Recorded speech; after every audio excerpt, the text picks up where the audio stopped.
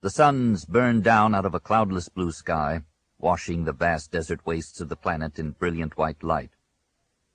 The resultant glare rose off the flat sandy surface in a wet shimmer of blistering heat to fill the gaps between the massive cliff faces and solitary outcroppings of the mountains that were the planet's sole distinguishing feature.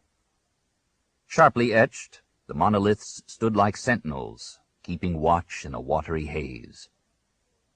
When the Podracers streaked past, engines roaring with ferocious hunger and relentless drive, the heat and the light seemed to shatter and the mountains themselves to tremble. Anakin Skywalker leaned into the curve of the raceway that took him past the stone arch, marking the entry into Beggar's Canyon on the first lap of the run, easing the thruster bars forward, giving the engines a little more juice. The wedge-shaped rockets exploded with power, the right a tad harder than the left, banking the pod in which Anakin sat sharply left to clear the turn.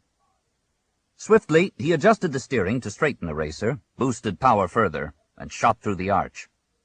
Loose sand whiplashed in the wake of his passing, filling the air with a gritty sheen, whirling and dancing through the heat. He ripped into the canyon, fingers playing across the controls, hands steady on the steering. It was all so quick, so instantaneous. One mistake, one misjudgment, and he would be out of the race and lucky if he weren't dead. That was the thrill of it. All that power, all that speed, just at his fingertips and no margin for error. Two huge turbines dragged a fragile pod over sandy flats, around jagged-edged mountains, down shadowed draws, and over heart-wrenching drops in a series of twisting, winding curves and jumps at the greatest speed a driver could manage.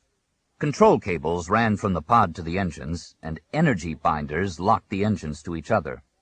If any part of the three struck something solid, the whole of the assembly would collapse in a splintering of metal and a fiery wash of rocket fuel.